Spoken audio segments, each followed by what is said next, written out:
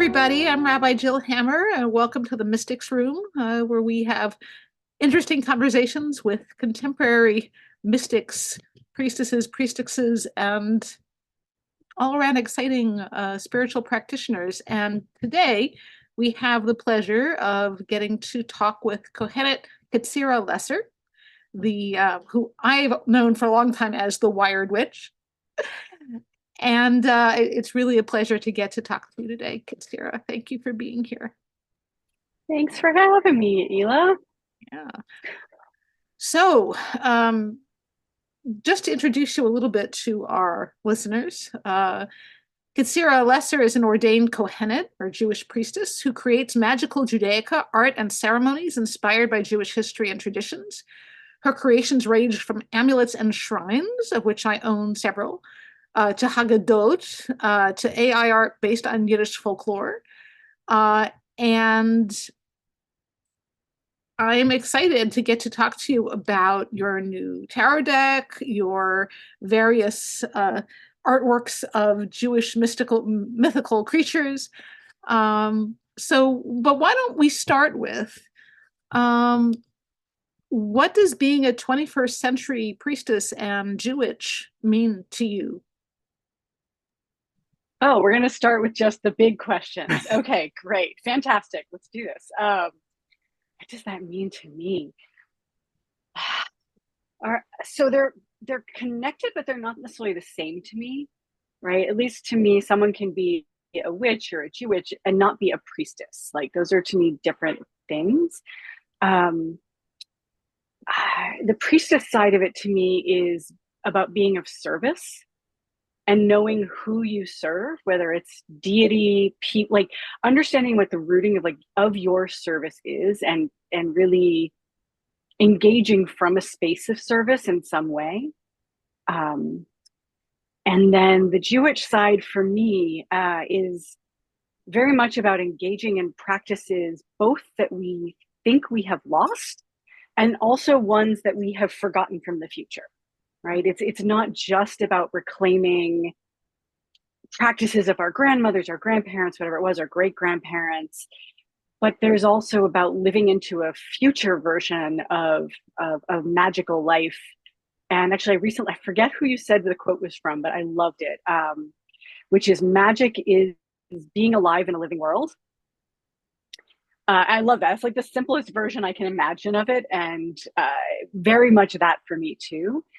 And I'll finish this thought on and definitely aligns to how you've known me for years as the Wired Witch, is a lot of it to me is understanding technology and how we use it in spiritual ways and how it connects spiritually, because all ritual is technology to me.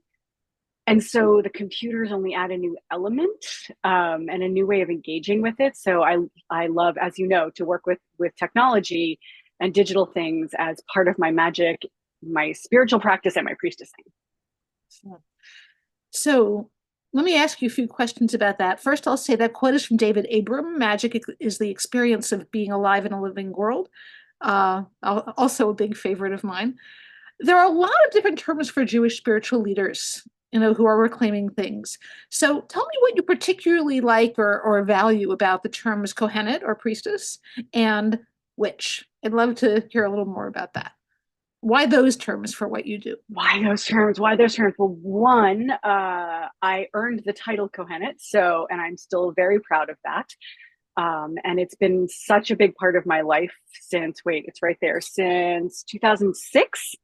So it's been such a huge part of who I am and understanding myself in that way. I was very hesitant, actually. I was just talking to somebody about this. I was very hesitant on the idea of priestessing because I come out while being raised Jewish, bat mitzvah, all of that. I spent years in the pagan community. And so I had a bit of a different with the idea of being a priestess and how one gets to be a priestess. And I had decided that I would not allow myself to use that word until 5 people called me that of their own without me prompting it. And then I made the mistake of telling someone that because they asked, why won't you use this? And I was like, oh, that's why. And then everyone started shouting it at me. And Kohenet in particular, I've had moments, I've had many people ask me, why not the rabbinate? right? Why do you not just, because I'm so book oriented in many ways. I love the lore. I love who knew, but I love Talmud, like all of these things. I love liturgy, all of these things that I've had people say, like, why don't you just go to rabbinical school? And it's been a super question. I was like, you know what? Anyone who's a rabbi can do these as they will. And to me, there was something about claiming with pride this slightly outside the mainstream structure, right? And saying, like, yes, there are things that people won't accept me for. I have to find my own path in so many ways. There aren't structures that exist. But I'm okay with that, even if I have like weird insecurity complexes occasionally. And so that's the part for Kohenet to me, is that it isn't just picking up titles that have existed now for centuries that women were allowed to have, and one that we claimed for ourselves, right? Women, queer folk, femme, like Kohenet being a title that, see if I can be succinct. I'm terrible at that, God knows. But is, you asked me years ago, like I was in my definition of how I explain Kohenet to people. And I said, it's what it looks like when we stop asking men's permission to do Jewish. And so there's something very unique in that to me, that it's a title that I'm the most not rebel human, except spiritually. I've realized I'm completely rebellious spiritually. And so it's a way of like claiming that piece for me. And the Jewitch side is funny. I don't love the word witch because it's so loaded and people like it brings so much preconceived what they think it means. And it gets tired. It's just tiresome to like unpack that constantly. But as a magic worker, I also have the claiming of like, I am a magic worker. And in rabbinic contexts, rabbis are allowed to do these things. You're a wonder worker if you're a freaking rabbi, right? Like you're allowed to. And so it's part of acknowledging that I'm not part of that. That yes, I have many rabbis who are amazing teachers, but that when you look at the history of how these things have happened, I am one of the ones who would be told you're not allowed to do it. And even now, like there are rabbis,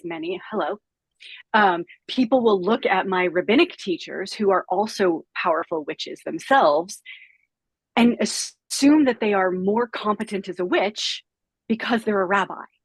And I always laugh and I'm like, I mean, yes, but like not necessarily. Like, why would you assume that? All right, that's as best as I can do on that one. That's great. That's awesome. But tell me a little bit about ritual and magic as technology. First of all, I'd love to know what you mean by magic. I mean, we said a little bit before about David Abram, but maybe spell a little bit more out what you mean by magic, and how are magic and ritual technologies? How does that term kind of help you and help us understand what we're doing when we do that sort of when we're engaged in ritual magic? All right, let's see if I can pull this off. So my definition of magic that I usually use, I often call it the sacred arts, because again, it takes away the word, people think they know what I mean by it, and gets it into the space of closer to what I really mean by it. And the way I define the sacred arts, let's see if I can remember my own definition here, is the sacred arts are an interdisciplinary practice of creating catalysts for spiritual or material change. Huh. So say it again. Catalysts for spiritual or material change. Yeah, it's interdisciplinary practice of creating catalysts for spiritual or material change. And I have had some people come at me on the word catalyst, and I was like, yes, I know. In chemistry, a catalyst doesn't get changed at all. I understand that. It may or may not. Don't overparse that one word, please. Go with the intent. And that can be amulets, that can be ritual. I tried to think of like what was the broadest definition of how I would explain what I'm doing, and without having it wrapped in any particular magical path or faith tradition. Like if I'm going to boil it all the way down, where does it go? Mm-hmm. I really like this. I really like this definition. Let me ask you about amulets and material culture, right? Because one of the things that we use to make that kind of to pursue that interdisciplinary activity, right, is the use of ritual tools, right, that help us to create the space and the headspace, right, of ritual. And you're someone who makes things like that. So tell a little bit about that. Yeah. So for me, I think everybody has their own expression of magic, right? Spirituality, whatever it is, but it's baking, painting, dancing. Like there's so many ways that people can work magic in the world. Mine happens to be through material culture. Like I love stuff. I like making things. Um, I even joke that because my degree is actually in theater, and I was a stage manager and a prop design major, and so it's like I'm making the creating of ritual and managing ritual is that stage manager side, and all of the material culture is the prop side. And I love, and it's similar theme again, looking to the past to learn from it. What did amulets look like? What did our ancestors look like of blood, of spirit? Like, what did they make and why? And really diving in to understand their intent and what they were doing. And then not trying to do that again. So many of our amulets in Jewish tradition, as you know, are text based, right? We have centuries of these intricate, they're so amazing, text based ones. I'm not a calligrapher, right? It's not how I work. And so I took, when I started doing them, a very renewal approach actually was, okay, what's the essence? How do I start to boil that down and boil that down to the piece of it that I'm going to use right now to call back? And wait, I have one right here. I realize that, which includes, this is one of my favorite examples. I know you've seen this one. I know it's probably backwards on the screen, but so this is a glitter sticker that says Shaddai, so name for the divine, Shaddai. The design is based off an 18th century birth amulet. Oh. And I originally pulled just this central piece out and I embroidered it, which is my primary working mode. If it's not digital, it's embroidery and fiber art. So I embroidered it and then I took a picture of that. That then became the sticker. So I have glitter stickers to make it highly accessible, because also amulets were often very accessible, be a tiny thing that you could just wear. It didn't have to always be this complicated thing. And so it's that inherited piece, moving it to now, and then how do we kind of bring it forward for people? And a lot of the work generally for me starts in fiber. And now a lot of it is very digital as well. But then also my goal is almost always to get it into a tangible form if I can manage, something you can touch. Mm. I'll just say for everyone who's listening that I have one of Ketzirah's beautiful embroidered amulets, and I take it with me every time I travel. And it comes with me to our hotel rooms, and I really treasure it. And that's sort of the travel altars, which the construction on those is such a pain, which I'm not doing them right now because they're just, the locket aspect is just annoying to get done. But again, it's like this simple thing. You take it with you anywhere you go. You have a hamakom v'makom, like you remember that God is here and this place is divine, even if it is, for me, has been many times, just like really terrible hotel rooms. But I set up my little altar. I have little tiny things that go with it. It lives in my travel bag. Yeah. Am I seeing a pomegranate altar behind you? Yes, that was going to be another one of the round ones, and now I'm framing them in these little shrine boxes like that. So that one is a little 3-inch shrine box piece, which may turn into the new travel altar style because it's just a little easier to do the finishing without breaking everything. Cool. And actually, somebody helped me a while ago, may have been Teama, realize one of the many aspects of working with fiber is it's very physical. Mm. As gross as it is, sorry to tell you this now, but like I lick the threads. It's just like part of being an embroiderer. So Mm. you actually have that bodily fluid, which is gross, but also like it's a magical practice of like that transmission. And it's such a Of speaking partnership things. between, right? It's a partnership between the divine, between me, all the materials. And one of my nerdy things on that is like this idea of micro science, take the science aside, microbiome transfer, right? That my natural, all the microbes that live around and in me interact with the materials, then interact with the whole piece as a whole. Then it goes to whoever gets it. And there's that transfer to them as it becomes infused with them as well. So there's sort of that thought process too as I'm making pieces like that. Amazing. They really, even though some of the pieces you make are very small, they really define the space that they're in. I find them very powerful. Thank you. You also make divination tools. And I know that you are now on the second edition of your divination deck at At, which is partly based on the Kohenet Hebrew Priestess Institute's structure of 13 netivot or priestess pathways.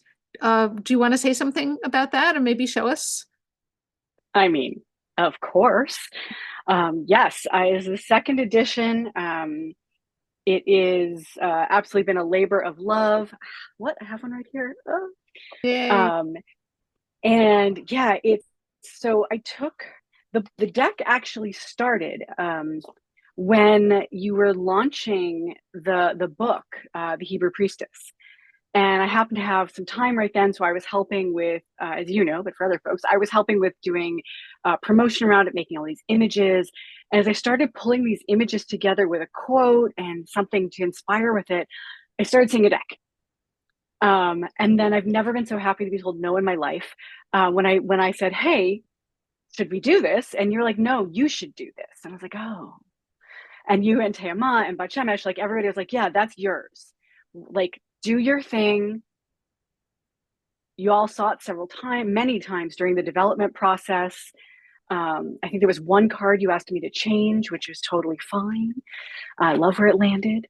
But wait, let's show this card because this is the namesake. So it's the 13 netivot, and the deck of the structure. It's not just the 13. So there's 4 suits. It doesn't follow tarot structure. Created a new structure for it. I am a Virgo, as I have to say at least once in any conversation. And I wanted a structure. So it is vessels, offerings, allies, and gifts. And gifts is the new suit for the second edition. I had the idea in the first, but it was just not coming together. And I was getting very strong messages to get the damn thing out already. Not from the world, from the netivot. And there's 13 of them yelling at you, and that's a lot. And the name Etat, and this card is one of the ones that changed the most in this, comes from something that you taught me. And this is a photo, actually. So all the cards are based off of a photo and then digitally altered. Hmm. And this photo, Yeila took.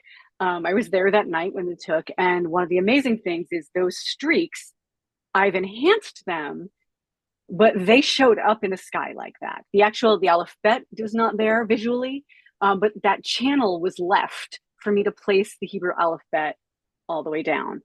Wow. And it was one of those moments. I remember the first time I heard you teach this, and I got to witness you do it repeatedly and watch people's reactions. The idea of the Hebrew word et, aleph tav, go for people, that is a grammatical tick in Hebrew that has no translation really in English, except for this here in Southern American dialect, which is my favorite. And somebody pointed that out to me. I was like, "That's brilliant." It's not this book. It's this here book, and it shows up everywhere.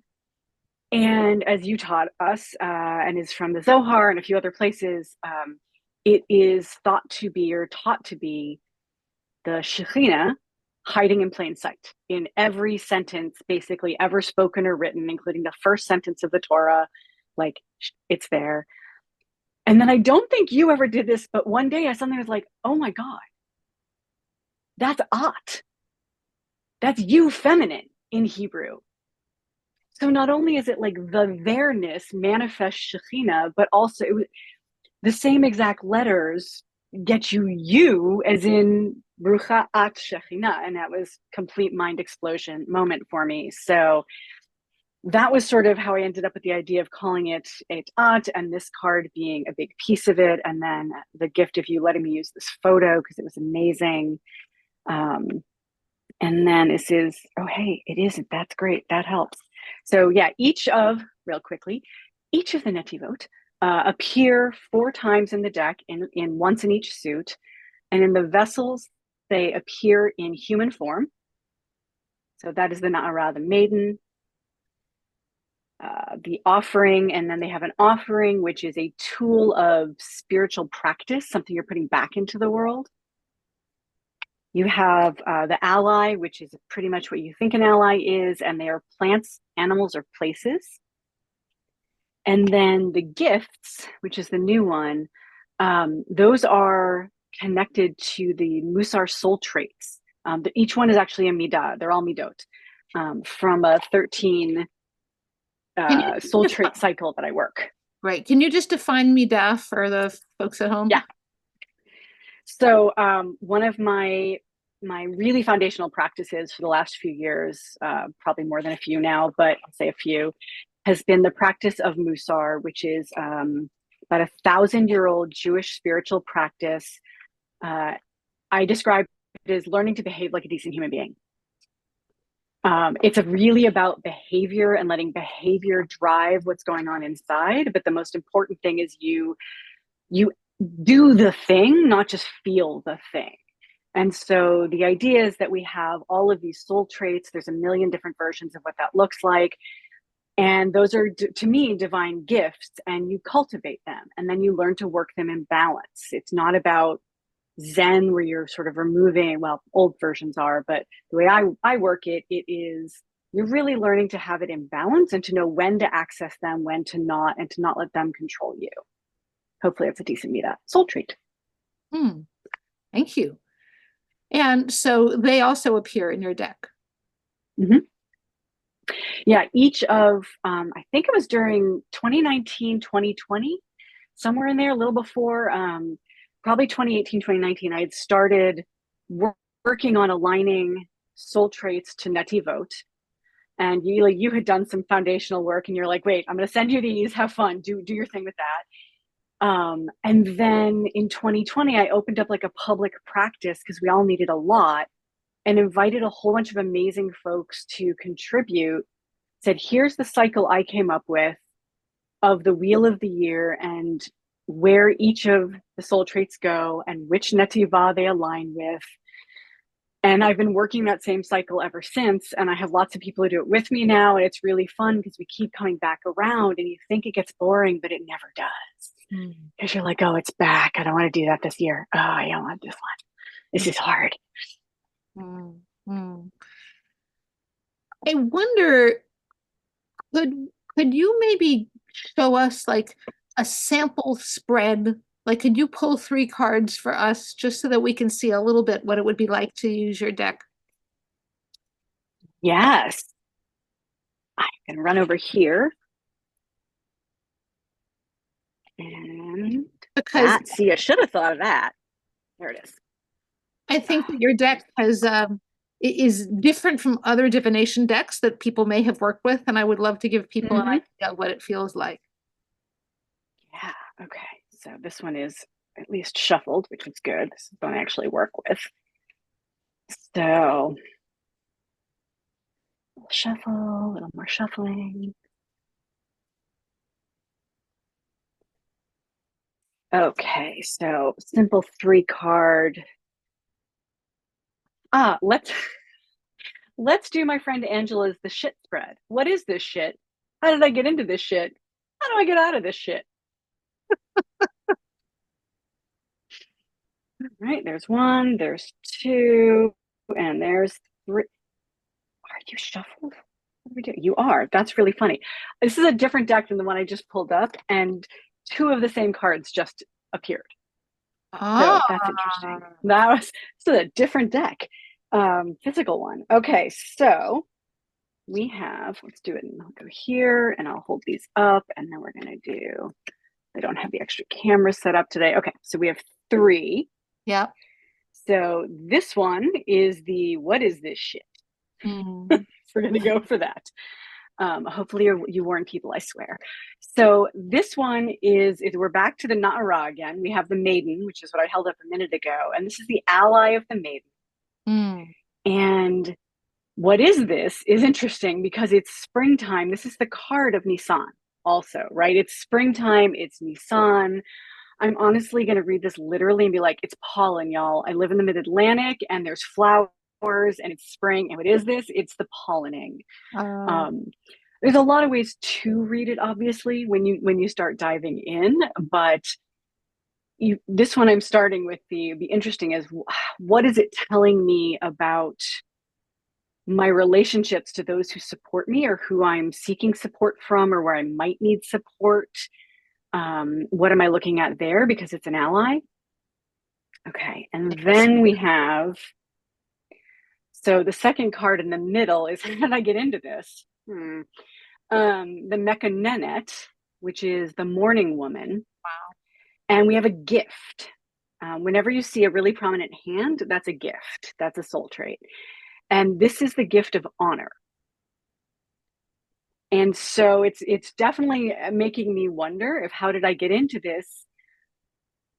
Are there some relationships I need to be tending? Are there people who I need to show proper honor to that maybe I haven't, possibly even at the ending of relationships, right? Whether it's my ancestors, it's people I was in relationship with, maybe I'm not, but really thinking about how am I showing honor? Because possibly I haven't been, and that's how I got into whatever this fresh puddle that I stepped in over there was. How do I get out of it? Okay, I'm okay with this. So this is the vessel of the Na'ara. So this is a different aspect of this one, which is interesting to me. This is, what am I in and how do I get out is actually the same way, just through a different approach. And this is the vessel. So it's an embodiment. And so actually looking at those two together, going, okay, wait a minute, maybe I read this one a little off. Maybe I've been too busy trying to be this fresh ally in that space to people, and I'm not embodying it myself, or I'm seeking youth to support me, instead of just embodying the fact that we all have that fresh start in us all the time, as long as we try to access it. Apparently I'm feeling my age too much. Okay. So time to get a little sparkle back and really reclaim that sense of freshness. Gets me out of it. There's my quick reading. I love it. Thank you. I was reading it as spring has come. It arrived out of winter, and we get out of it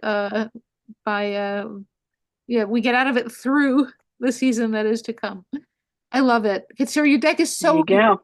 I've been a fan for a long, long time.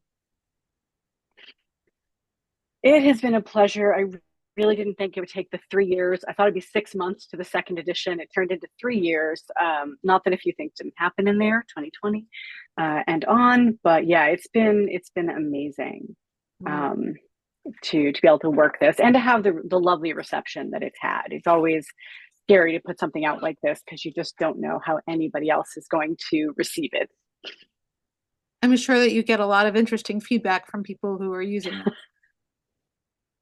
Indeed. Again, mostly positive, which is lovely. It's really been, there's a lot of intentional work done up front to try to represent the broadest, not the broadest, to represent humanity the way it is, even though this is primarily in femme form. But even the hands, I'm not questioning it. It's a hand, right? I don't know. People have different types of hands depending on where you are.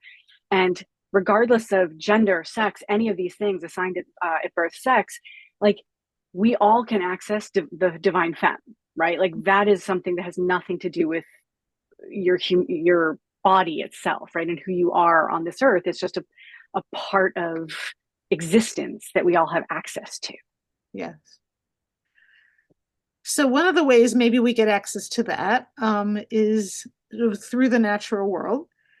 And one of the things you and I have been playing with in recent times are the memunim, or the elemental spirits, who in one kind of Jewish language are the angels or the elemental beings who inhabit the natural world. And I wonder if you might show us some of your memunim, or at least tell us about your memunim and your golems and some of the other visual legend art that you do. I can. I'll start with Golem because they're right here, and then I can duck off the screen for a second again and grab Memonim. So yeah, we'll start with the Golem. These were, speaking of 2020, these started in 2020 when, like everybody, I was grappling first with COVID and what does that mean, and then Black Lives Matter, social action, all of that, like just everything. And I said, oh wait, what do Jews do in times of plague and depression? We make golem, right? This is our thing. And so I don't work with clay. I work with fabric more. So this actually, and it's Gashi's 4th birthday this week. This is Gashi's 4th birthday. Oh. Happy birthday, buddy. Mm-hmm. So this is Gashi the golem. This is my very first golem. This is mine. He sits on my desk with me all the time. And yeah, made out of felt. And actually Gashi, unlike all the other ones I've made, is actually stuffed partially with clay. From outside in my yard. So a little bit of clay, and then also stuffed with yourself, which is weird, buddy. But I took the wool felt and I turned it into roving, all the cutoff. So I took all the extra and actually put it back inside him. And the legends always have often have some sort of a scroll or something else involved. And what I ended up doing, started working with, is Psalm 33, which is, according to several texts, it is used as a ward against plague and epidemic. So it felt pretty spot on for that one. And so I started really working with that, which is, this symbol is actually a sigil, a power symbol I made of Psalm 33. So every one of the ones I've been making has that symbol on it, because there are lots of plagues that are out there, not just COVID. And so it was a way of sort of rooting it in that. And then because I'm silly, all of them have tushies. It is my signature. They all have little booties. Everybody's got a booty. So yeah, I've made the Aleph, Mem, and Taf on the front. Oh, of course, yes. So part of the legend of Jewish golem is that they have the word emet, truth, written on them, which is Aleph, Mem, Tav. In many of the stories, it's on the forehead. It just interrupted my design, and there was this belly. And so, there's others like the golem of Prague you'll often see with it on the belly. And so each of them has, they all have stitched on them the word for truth. And then, as the stories say, if you want to deactivate your golem, you take the Aleph away, because that means death. Yeah, we talked about that. Okay, well, scaring the poor golem. Yeah, poor we guy's don't want to scare Gashi. Anyway, happy birthday, Gashi. Oh, that's your 4th birthday. And it turned into a thing. People were like, wait, this is adorable, we want one. And I was like, you do? Okay, cool. So I made about 50 of them over 3 years, that were many in felt. And then also I started making glitter golem stickers. And then my husband did this thing he does, and he said, well, could you make a glitter golem? I was like, oh, crap. Yeah. So I started making them out of glitter fabric. And then they got themes. There's a lot of food related ones, because I'm Ashkenazi, right? And then they turned into little enamel pins. Let's see if we can get him in focus. Wow. Can I? No. Oh, we'll back him up. And because everyone likes a golem with a bow tie, this is Schmearly Beloved. This is the pin based off of the Bagels, Lox, and Cream Cheese golem. And because I am that dork, the back actually has a booty of my pin. So yeah, I've made dozens and dozens, and it was actually really lovely, especially for 2020. Part of my community of friends, I made them for their kids. Like I just said, do you want one for your kids? And so a lot of the kids got them, no charge, just like, yeah, everyone's scared right now. Does your kid need a golem? Usually a lot of glitter was involved in those. Super glitter ones. Wow. You offered some an ally for the pandemic. It's pretty great. It is. And what's interesting is how many people I've seen pick up. Maybe I wasn't paying attention before as much, but like watching the amount of people who are now picking up the awesome golem piece has been really amazing. And it's connected me with all of these fabulous people who are into golem along the way. Rabbi Josh Fixler, I met through this. He runs on Instagram the Golem Museum, Wow. which used to be his apartment in Brooklyn. Now he's in Texas, so he's got a little more space for all of his stuff. I'm imagining you walking in the streets of Prague with your basket, handing out golems to people. There would be a lot of stickers. So many stickers involved in that moment. Yeah. Nope. There would be plenty of glitter golem stickers being put up around Prague. No question. Amazing. Someday. So, Memunim. Do you want to explain Memunim while I duck under and grab an example? Fabulous idea. Okay.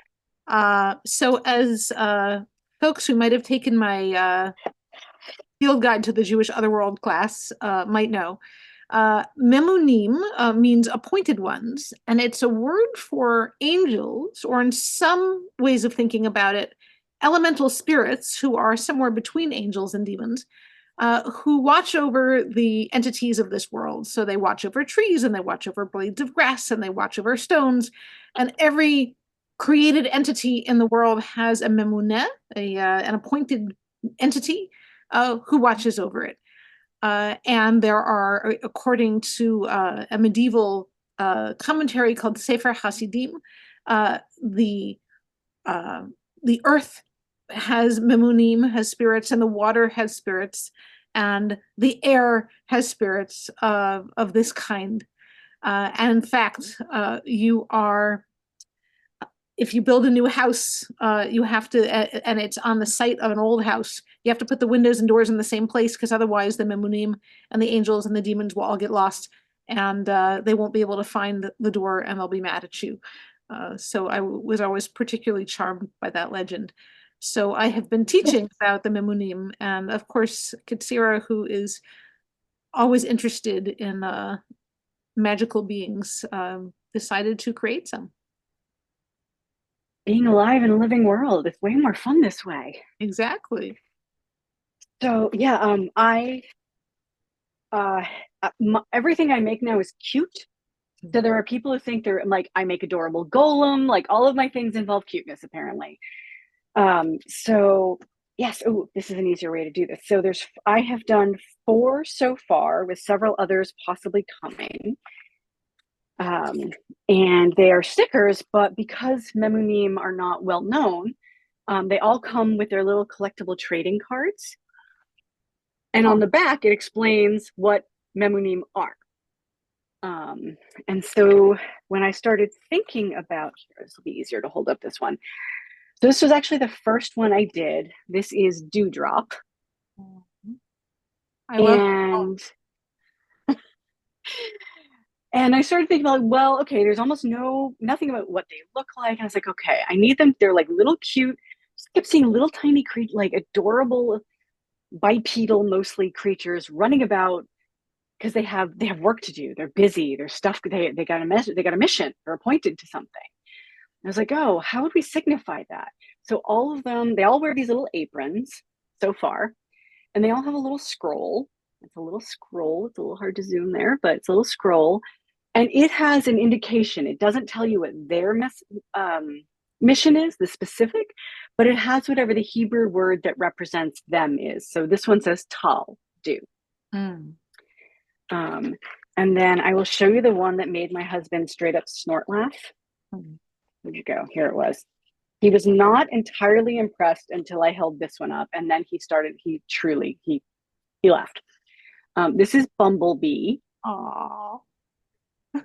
So Bumblebee got chunky compared to some of the others because a good proper Bumblebee is a little fatty and is Mm. adorable, with wings, and they've got their little pollen covered apron on, and it says Devora on it for bee, Aw.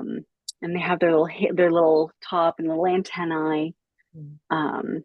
with this Adorable. little guy. Aw. So they're kind of like Jewish fairies, right?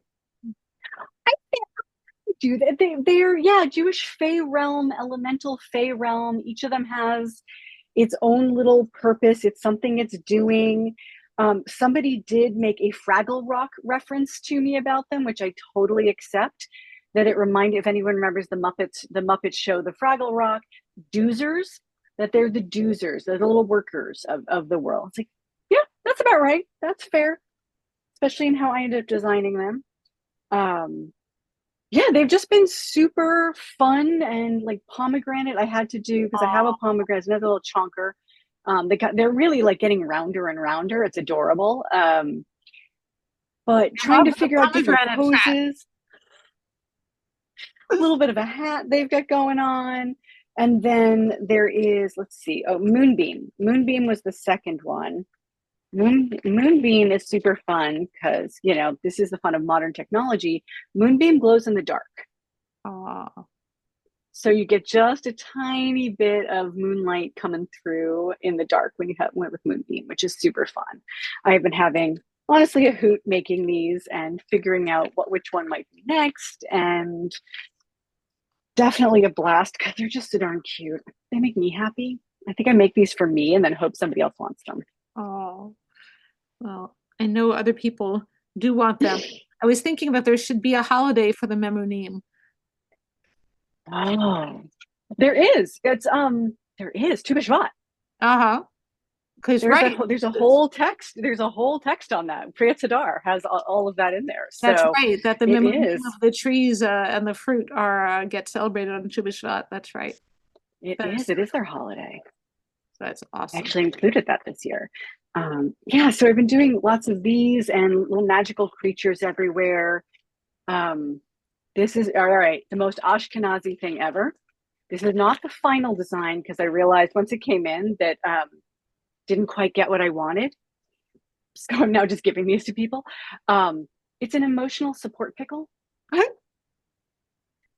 The final one is hugging a heart, to get that a little more. But yes, an adorable little pickle because Ashkenazi. Mm.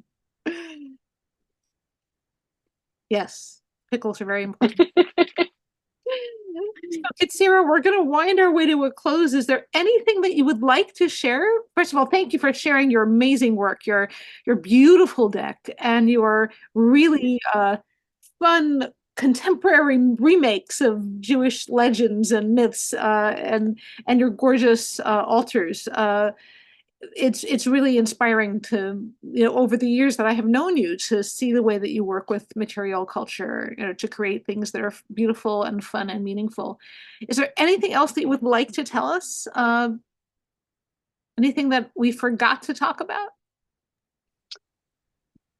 Let's see. So, if anyone's interested, I run a free of charge Musar session drop in every month, Soul Trait Studio. So I throw you in the deep end, but most people have managed to swim. It's been fine. And then actually, it's a newer piece of what I've been doing. And again, I'm doing it for myself and just hoping other people want some too. Is I'm now doing sticker sheets for the Wheel of the Year. So I'm catching up. I'm doing them month by month right now, just so I can get ahead. But it's also been really fun trying to figure out what symbols to use for the month. Is it all about a holiday? Are there other things to bring in? How do I bring magic into that as well? And not just, I mean, I love planners. So, but how do you bring that sense in as well as just sort of marking the holiday? What's something that you can't get anywhere else, as a big piece of it? And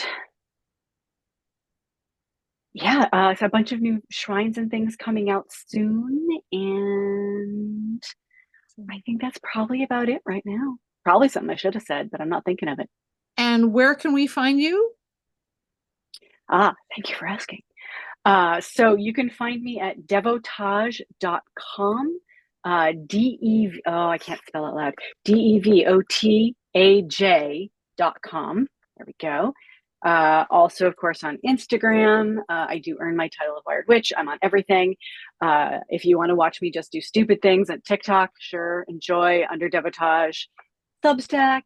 And maybe that's the last one is I have a really deep library of Jewish mythology and modern takes in Jewish magic. And so that's something I've been slowly figuring out how to make available. And that's through devotage.substack.com. Okay.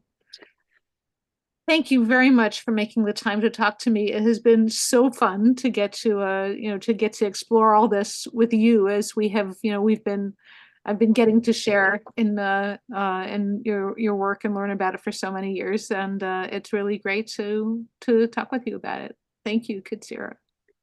Thanks for having me, Ayla.